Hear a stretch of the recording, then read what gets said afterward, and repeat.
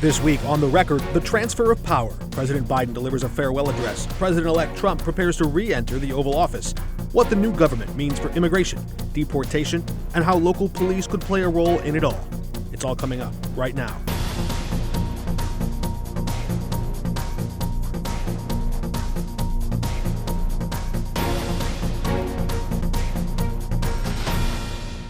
Welcome to The Record. I'm Mark Maxwell. Mike Kehoe's first actions as Missouri's new governor tapped state and local police to help enforce federal immigration law, aligning Missouri police with the incoming president's plan to ramp up federal deportation. Missouri State Highway Patrol, this is a 287G issue, will designate specific officers to undergo training in federal immigration enforcement in order to assist federal law enforcement with immigration enforcement and further secure Missouri. Next, we will have illegal immigrant data collection. Requires immigration status to be collected for those charged with committing crimes within the state of Missouri. As you might expect, reporters had questions about what that might look like on the ground. Attorney General Andrew Bailey stayed back to explain if police would run immigration status checks on people suspected of crimes or just those convicted. That's people who are being investigated for criminal behavior. The state of Missouri will begin tracking their immigration status as well. And the state of Missouri, under Governor Kehoe's leadership and executive order, will begin training our state law enforcement officers to assist with immigration enforcement when called upon by President Trump's administration to help. Where do they go? Depends on where the federal government conducts that training. It can be here, it can be in other locations. We don't have any detention centers in Missouri for ICE. No, that's not true. There are local jails that serve as detention facilities based on contract with the federal government. Will police be checking people if they pull them over for a speeding ticket or at a stoplight on the roads? Is that going to be part of this? Yeah, I think a comprehensive approach to ensuring that we're capturing the data point of the immigration status of individuals that are committing criminal offenses in the state of Missouri is altogether appropriate and is, again, the policy objective in the executive order. And folks, including traffic misdemeanors? You know, again, it's criminal offenses, so there are certain ordinance offenses that don't rise to the level of criminal offenses, but for violations of the criminal code, yes. And joining us now is St. Louis Alderwoman Daniela Velasquez. Good to have you with us. You previously worked with the ACLU and are familiar with some of these issues. I wonder how much assurance that provides you that the Attorney General says police would only be going after people suspected of crimes and not of just traffic ordinances. It doesn't provide me much assurance at all. Just given Attorney General Bailey's history and not really seeming to care about civil liberties or rights much at all, but certainly the thought of pulling people over and checking for are they going to check immigration status based on last name, what they might look like, how are they going to determine that? Those are questions I would have. It seems to me, just on a glance and even hearing his comments, that it seems a lot like profiling to me. The stated goal at the outset, even from President Trump, he had started talking on the campaign trail about mass deportations, broadly speaking, and then narrowed it to violent criminals only, and that's the language we're hearing right now. But there are a lot of things that are illegal in Missouri, and those laws can change quite quickly. I don't know if you have any concerns about any particular law being used as sort of pretext to round people up. How are folks in the immigrant community right now preparing for the unknown? Well, I think this is just causing more fear and division, and that is my concern, and I think that continues to be the community's concern. Most immigrants here do not commit crimes. Most do not commit violent crimes. There's data that shows that. Even the Special Committee on Illegal Immigrant Crimes, much to their dismay, found that in their statewide tour of trying to discover some data that said otherwise. So I think what I hope is that Governor Kehoe really does focus on creating an administration that is focused on fairness and justice and really unity and not divisiveness. At City Hall in St. Louis, you and all 13 of your colleagues voted recently in unanimous fashion to authorize or bring about this new city ID card for people, including people who may not have proper documentation or may not even be citizens of the United States or with legal status as immigrants here, but just maybe completely undocumented. What's the benefit there? Well, the benefit is actually an economic and community-wide one. You need a photo ID so one, let me preface that there's been a lot of misinformation. You cannot use this ID to vote. It does not confer any status of citizenship, any of that. You cannot use it to buy age-restricted products. So you can't buy a beer with it. You can't buy a beer with it, or cannabis, or any of that. Or a gun. Or a gun. But what you can use it, and what you actually need a photo ID to cash a check. Interestingly enough, you need a photo ID to go to a food pantry. You need a photo ID to open a bank account. So we found that a lot of people aren't able to have an ID, aren't able to do basic things. To get around the city and live, and yes. to maybe to fill out a rent application or to live somewhere. I want to ask you about city services, because this is something that a lot of aldermen pay very close attention to. How do you assess, are you satisfied with the way the city has handled the ice and snow in recent weeks? Well, I think we could do better, and I think that's pretty obvious. I mean, why it's amusing to have stories about ice skating rinks in the ward, which I think Public Radio actually ran one about that.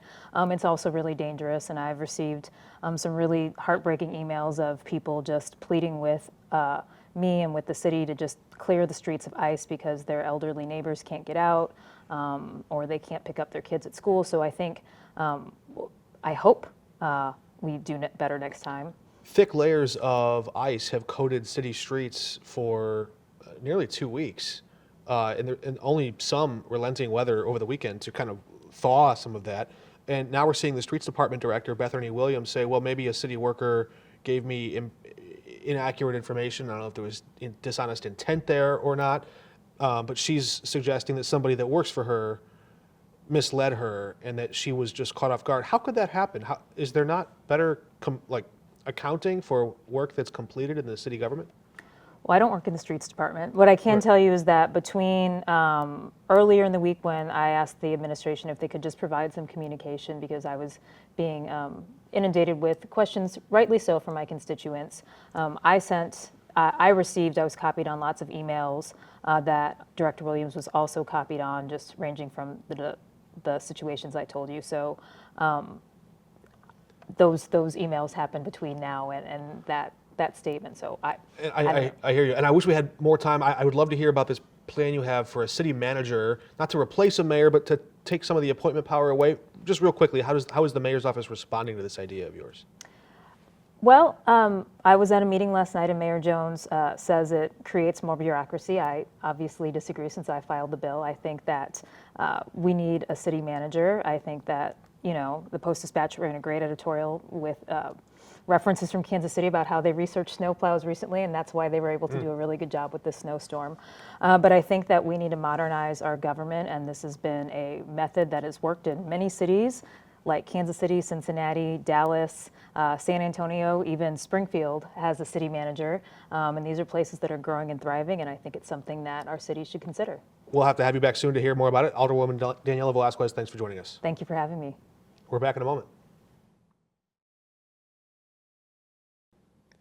Before Inauguration Day, a number of President-elect Donald Trump's cabinet picks faced questions in the Senate confirmation hearings. Illinois Senator Dick Durbin said Trump's Attorney General pick, Pam Bondi, was bipartisan in Florida as AG there, but he also offered a word of concern for Trump's relationship with Attorney Generals past. But the question is, when Donald Trump knocks on her door as Attorney General, and he will, if you question that, ask Jeff Sessions or ask Bill Barr, he will knock on her door and ask her to do something that's going to be a challenge ethically or morally. It's just his nature. He views that office as an office he personally controls. He doesn't. The American people and the Constitution control that office, and we have to resolve whether or not Ms. Bondi is a person to be the next Attorney General. Pick facing a lot of scrutiny, Secretary of Defense nominee Pete Hegseth. Illinois Senator and Iraq War veteran Tammy Duckworth went to the Senate floor to call Hegseth unqualified. During his time in uniform, Pete Hegseth never commanded a unit with more than 200 people. Meanwhile, on the civilian side, both organizations that he led went into debt. In fact, he so badly mismanaged one of them that they had to bring in a forensic accountant to clean up the mess that he had made. That's it. Those are his only supposed qualifications to head up one of the most complex, important organizations in the world. Compare that grilling to this confirmation hearing of Senator and Secretary of State nominee Florida Senator Marco Rubio. Duckworth sharing a heartwarming story, an exchange she had with him when she first joined the Senate. In the middle of that battle, rolling through the Senate floor to vote, and I heard, "Tammy Duckworth, from across the Senate chambers, and you came running down from the top back of the Senate chambers to tell me, I'm with you, I will support you, you have the right to vote, and I will support you being able to bring your daughter, your child onto the floor when she's born. And as someone who was new to the Senate, I was extremely grateful to you for that kindness. I think what I exactly said is, what's the big deal? This place is already full of babies. Stay tuned to the Senate. A lot more confirmation hearings later this week. We're back in a moment. Welcome back. As the nation prepares for the inauguration of Donald Trump and his return to the White House, many people are also watching what that inauguration and the incoming administration means for them. One of those areas most impacted, immigration and enforcement at the local, state, and federal levels. Joining us now is Illinois State Senator Terry Bryant. Good to have you back with us. Good to be here. I always love being on your show. In Missouri, the incoming governor is deputizing local and state law enforcement to assist in the enforcement of federal immigration law. Mm-hmm. What do you expect to see in Illinois? Well, and as long as we have the Trust Act, I would anticipate that law enforcement is going to have a very difficult time cooperating with ICE without violating Illinois state law. So that's why last year I filed a bill to repeal the Trust Act. It goes so deep that, you know, I'm retired from the Department of Corrections. The Department of Corrections cannot even notify ICE if they have a known illegal immigrant who's going to be paroling or maxing out and leaving an Illinois prison. So they're prohibited from notifying ICE. The date of the inauguration for the House and Senate, Illinois Governor J.B. Pritzker said this. He said that people who are here illegally, mm-hmm. who have committed a violent crime while they're here, should be deported. Mm-hmm. That's new for him. That's a new statement that he's making. He hasn't always said that. And I suspect they've done some polling and found out that the vast majority of Illinoisans and the vast majority of Americans believe that that should happen, as does President Trump. Those felons that are here who violated our laws beyond just being here illegally, where they have committed felonies, they've got to go. Mm-hmm. And that poll's very high. So I think Pritzker, who trusts polls, has seen that that's the case. There are people who were either brought here as kids, mm-hmm. Who maybe have a speeding ticket or something, and then there are people who have moved here mm-hmm. illegally. They, you know, maybe as adults, and they've been here for 20 or 30 years, raising kids, having adjoining families. How do you hope to see a Republican administration treat people in this predicament? Well, the first thing we have to do is fix it federally. The state of Illinois can't fix what is a federal immigration problem. Sure, I understand, but, yeah. but and I've always been I've been a supporter of some kind of pathway to citizenship, but that pathway to citizenship would have to be leaving and coming back again. For those that you're talking about, which are usually referenced as dreamers, they may have been brought here. They may never have don't even have any memory of living in another country, don't even speak the language mm-hmm. of whatever that country was. We're smart people. We can find a way to have them register in a way. I mean, there's all kinds of things that have been thrown out there. But the fix at Congress, at the congressional level, would have to speed up the line, because there are people that have been here waiting 10 years, 15 years just to get a green card. There are people who are here from India and Pakistan who might be architects or doctors who may not get their green card in their lifetime.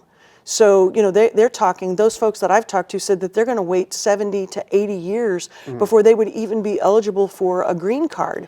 And that's because we have quotas right now. So you have individuals who are coming who have totally ignored whatever our quotas are and come in slamming down the back door when you have people who came in through the front door trying to do it right, and they may never get a green card. Do you see value, economic, social, or otherwise, in immigrants who are here, even if they don't have the proper papers? Do you see value in their presence here? No, I think we are a people of law. So you have to follow the laws as they're written. I do think that there are laws that we can change that would allow them to become citizens in time. But keeping someone here whose first act was to violate our laws is not the right way to do it. State Senator Terry Bryant, safe travels to Washington, D.C., and we hope to see you back again on the other side of it. Thank you. I'll be back to give you a full report. Interviews are one of my favorite parts of this job. You can learn so much just watching how a person responds, what parts of an answer they dodge or deflect, what questions might irritate them or open them up. But in all of my interviews, I've learned there's one time in a politician's career when you can ignore all of those subtle tells or slight giveaways, and you can just listen to them at face value. Not on the campaign trail, not in an inaugural address or in a heated floor debate. No, that's when their ambition torques them into overdrive and they reach to try and persuade you of something. No, I found that the most valuable, straightforward interviews I've ever done are at the end, when it's all over. At the end of a politician's career, almost like someone's last words. They've got nothing left to sell, no arms left to twist, just bearing witness to what they've seen over the course of their career. That's why President Joe Biden's farewell address stuck with me. So let's check the record. Today, an oligarchy is taking shape in America of extreme wealth, power, and influence that literally threatens our entire democracy. Now look, maybe you didn't vote for Joe Biden, maybe you didn't particularly like his time in office, but you have to acknowledge he's one of only a few men to hold that job, sit at that resolute desk, and see with the eyes of the entire American intelligence apparatus. And these aren't the words of sour grapes. He didn't lose the election, and his vice president raised far more money than the victor. He's talking about oligarchy. Still, he warned about the corrosive influence that wealth can have on power, as he borrowed from President Eisenhower's warnings of a looming military-industrial complex decades ago, and Biden said the danger today is in a tech-industrial complex. Americans are being buried under an avalanche of misinformation and disinformation, enabling the abuse of power. The free press is crumbling. Editors are disappearing. Social media is giving up on fact-checking. The truth is smothered by lies told for power and for profit. We must hold the social platforms accountable to protect our children, our families, and our very democracy from the abuse of power. Biden called on Congress and the courts and the presidency and the press to all step up and confront the challenge of confusion in the information ecosystem. And look, to our viewers and news consumers who are familiar with the push to regulate or censor big tech, you might understand why a tech mogul would ingratiate themselves to an incoming president. See, it's not all that different from the print publishers in the 18th and 19th centuries. The earliest newspapers in America were political campaigns. And the social media companies today, they're not much different from the early broadcasters in the 20th century. But back then, Congress took action in several ways to promote the public interest. In the 1930s, we founded the Federal Communications Commission to regulate the airwaves. Our government recognized that information was critical to a healthy society, and too much clutter on those airwaves might cause interference or chaos. The FCC licensed radio and TV stations, but our end of the deal as broadcasters was to promote localism. Look out for our neighbors. Notify the public of matters of great importance to them and alert them to severe weather. Now, you can reach more people on TikTok than you can on TV. And the internet infrastructure underneath it all, actual cables and wires buried under the oceans and computers talking to satellites flying in orbit. The FCC regulates internet speeds and delivery there, but not the content that crosses those cables or satellites. And look, I'm not convinced that it should. The government dabbled with that for about 40 years in the middle of the 20th century with the fairness doctrine experiment before eventually abolishing it when cable news cropped up. Now you could easily get more information and seek out opposing views on your own without having to rely on just a few handful of channels available back in the 1940s. So no, I'm not convinced that government should tell us what information is healthiest to consume, but we the people should learn to develop the discipline to declare our independence from the tyranny of choice. We have more options and choices today than we could ever sift through. We imagine we can choose the news we want, like food from some menu, all while social media and big tech strengthen their stranglehold on the information supply chain before it finds its way through their filters and into our feeds. These platforms, which started out promising connection and community, some have devolved into digital predators exploiting our attention for their profit. Their algorithms aren't designed to inform or enlighten, they're engineered to inflame. They certainly don't promote localism. They prey on our fears, feed our anxieties, and reward outrage because anger keeps us scrolling. The results can be devastating. Mental health is plummeting, civil discourse crumbling, children grow up tethered to these devices, distorting reality and eroding their self-worth. And privacy? That's a distant relic, auctioned off to the highest bidder by companies that claim to bring us together. Big tech's unchecked power can influence elections, silence or diminish dissenting voices, even destabilize democracies, all while hiding behind a vague community guideline and empty promises of reform. They don't see us as their customers. They see us as their product. Every like, share, and click drives up their stock price and down our sense of community and localism. I don't know what Congress will do about any of it, but I know this. Here, we don't treat you as customers or as products. We're just your neighbors. We're in this together. And until next time, we're off the record.